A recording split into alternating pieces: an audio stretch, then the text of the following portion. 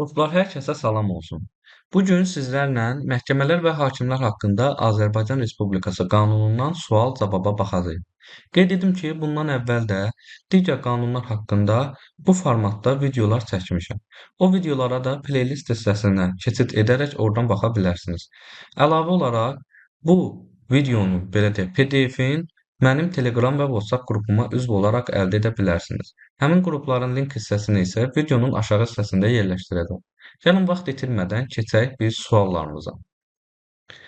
Belə ki, ilk sualımız belədir. Azərbaycan Respublikasında məhkəmələr hansı əsasla təsis edilir? Azərbaycan Respublikasında yalnız Azərbaycan Respublikasının qanunları ilə təsis edilmiş məhkəmələr fəaliyyət göstərə bilər. Hansı növ məhkəmələrin yaradılması qadağandır? Məhkəmələrin səlahiyyətlərinin dəyişdirilməsi məqsədilə müəyyən olunmamış hüquqi üsulların tətbiqi, fövqəladə məhkəmələrin və bu qanunla nəzərdə tutulmayan qaydada xarici dövlətlərin məhkəmələrinin yaradılması nədir? Qadağandır. Konstitusiya Məhkəməsinin fəaliyyəti hansı qanunla tənzimlənir?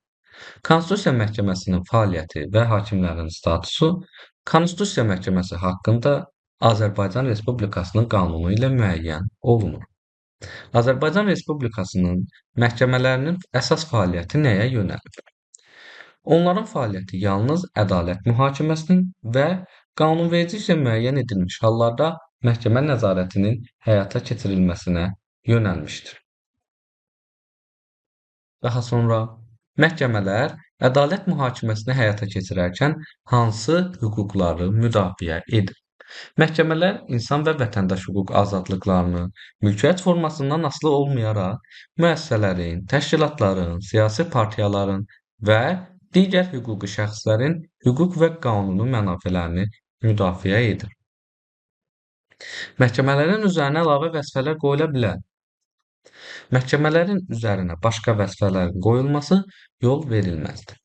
Məhkəmələrdə işlərə hansı instansiyalar üzrə belə deyək, aparılır? Birinci instansiyadır, apellyasiyadır və bir də kassasiya instansiyaları üzrə aparılır. Birinci instansiya məhkəmələrində işlərə neçə hakim baxa bilər? Tək başına və ya 3 hakimdən ibarət tərkibdə baxıla bilər. Daha sonra keçək digər 9-cu sualımıza. Apellyasiya və kassasiya instansiyalarında işlərə neçə hakim baxa bilər? 3 və ya daha çox hakimdən ibarət tərkibdə. Məhkəmələr işlərə baxarkən hansı hüquqi sənədləri rəhbər tuturlar? Azərbaycan Respublikası Konstitusiyasını, qanunlarını, digər qanunverici aktlarını, tərəfdə çıxdığımız beynəlxalq müqavilələri. Məhkəmə iclası zamanı hansı sənəd tərtib olunur? Məhkəmə iclasının protokolu idi. Məhkəmə iclasının gedişi necə qeyd oluna bilər? Texniki vasitələrlə prosessual hərəkətlər qeydə alına bilər. Məhkəmələr işlər üzrə hansı sənədləri çıxarırlar? Qətnamələr, hökmlər, qərardatlar və qərarlar. Məhkəmənin qərarları nə zaman elektron qaydada yayılmalıdır? Qəbul olunduğu gündən bir aydan gec olmayaraq anonimləşdirilərək. Qanuni qüvvəyə minmiş məhkəmə qərarlarının icrası kimlər üçün məcburidir? Azərbaycan Respublikasının ərazisindəki bütün fiziki və hüquqi şəxslər üçün məcburidir. Məhkəmə qərarlarının icra edilməməsi hansı nəticəyə gətirib çıxarır? Əgərləri məhkəmə qərarlarını icra etmiriksə, o zaman qanunvericiliyə uyğun olaraq məsuliyyətə səbəb olur. Ədalət mühakiməsi hansı prinsiplərə əsasən həyata keçirilir? İrqindən, milliyyətindən, dilindən, dinindən, cinsindən, mənşəyindən, əmlak vəziyyətindən, qulluq mövqeyindən, əqidəsindən, siyasi və ictimai mənsubiyyətindən asılı olmayaraq hər kəsin qanun və məhkəmə qarşısında hüquq bərabərliyi əsasında. Ədalət mühakiməsi hansı əsaslarla həyata keçirilir? Hakimlərin müstəqilliyi təmin edilməklə, heç bir məhdudiyyət qoyulmadan, faktlara əsasən, qərəzsiz, ədalətlə və qanunlara müvafiq şəkildə. Məhkəmə icraatına müdaxilə hansı hallarda yol verilməz sayılır? Hər hansısa şəxs tərəfindən birbaşa və ya dolayı yolla təsir, hədə, məhdudiyyət, hörmətsizlik, və etinasızlıq göstərilməsi yol verilməz və Azərbaycan Respublikasının qanunvericiliyinə müvafiq məsuliyyətə səbəb olur. Kimlərin məhkəmə müdafiəsi hüququ təmin edilir? Azərbaycan vətəndaşlarının, xarici vətəndaşların, vətəndaşlığı olmayan şəxslərin məhkəmə icraatının istənilən mərhələsində məhkəmə müdafiəsi hüququ təmin olunur. Məhkəmə müdafiəsi hüququndan kim məhrum edilə bilər? Heç kəs bu hüquqdan məhrum edilə bilməz. Şübhəli, təqsirləndirilən və müttəhim hansı hüquqlara malikdir? Azərbaycan Respublikası qanunvericiliyində nəzərdə tutulmuş vasitələrlə müdafiə hüququna, o cümlədən tutulduğu, həbsə alındığı, cinayət törədilməsində ittiham olunduğu andan müdafiəçinin köməyindən istifadə etmək hüququna. Hüquqi yardım hansı hallarda ödənişsiz göstərilə bilər?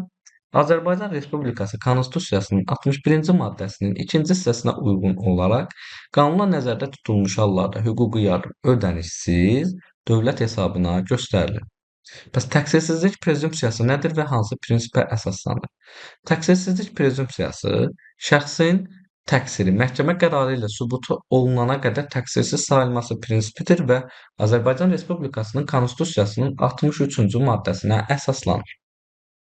Ədalət mühakiməsi zamanı təqsirsizlik prezumpsiyası necə təmin olunur? Məhkəmə icraatında bu prinsipə riayət olunması təmin edilir, yəni şəxs günahı sübuta yetirilmədən təqsirli hesab edilə bilməz. Məhkəmə icraatının əsas prinsipi nədir? İşlərə açıq məhkəmə iclaslarında baxılmasıdır. Məhkəmə iclasları hansı hallarda qapalı keçirilə bilər?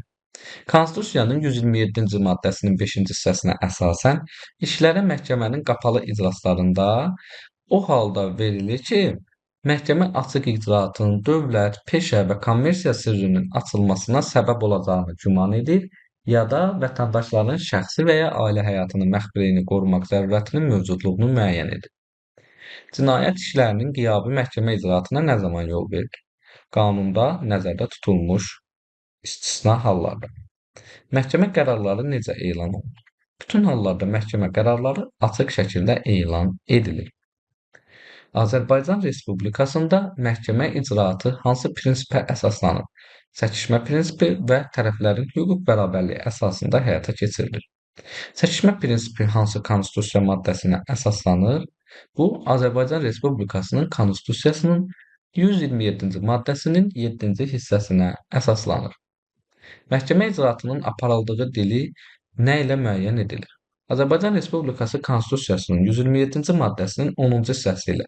Orada deyilirdi ki, Azərbaycan Respublikasında məhkəmə icraatı Azərbaycan Respublikasının dövlət dilində və ya müvafiq yerin əhalisinin çoxluq təşkil edən hissəsində aparılır. Əlavə olaraq işin iştirakçısı olub məhkəmə icraatının aparıldığı dili bilməyən şəxslərin işin materialları ilə tam tanış olmaq, məhkəmədə tərcüməçi vasitəsilə iştirak etmək və məhkəmədə ana dilindən çıxış etmək hüququ təmin edilir. Məhkəmə dilini bilməyən şəxslərin hüququ necə qorunur? Bu şəxslərin hüquqları heç bir şəkildə məhdudlaşdırıla bilməz, məhkəmə icraatının aparıldığı dili bilməyən şəxsin hüquqlarının hər hansı şəkildə məhdudlaşdırılması yol verilməzdir. Tərcüməçi xidmətlərindən istifadə hüququ necə təmin olunur? Qanunvericiliklə müəyyən olunmuş hallarda hər kəsin pulsuz tərcüməçi xidmətindən istifadə hüququ təmin edilir. Azərbaycan Respublikasında ədalət mühakiməsini hansı məhkəmələr həyata keçirir? Rayon məhkəmələri, ağır cinayət məhkəmələri, hərbi məhkəmələr, inzibati məhkəmələr, kommersiya məhkəmələri, apellyasiya, Azərbaycan Respublikasının Ali Məhkəməsi, Naxçıvanın Ağır Cinayət Məhkəməsi və Naxçıvanın Ali Məhkəməsi. Onu qeyd edim ki, Konstitusiya Məhkəməsi məhz ədalət mühakiməsini həyata keçirmir. Məhkəmə hakimlərinin ümumi sayı necə müəyyənləşdirilir? Bu isə Konstitusiyanın 109-cu maddəsinin 32-ci bəndinə uyğun olaraq müəyyənləşdirilir. Yəni prezident müəyyənləşdirir. Bununla da biz bu mövzumuzu və də bütün sualların izahını vermiş oldum. İzlədiyiniz üçün hər birinizə təşəkkür edirəm. Sağ olun.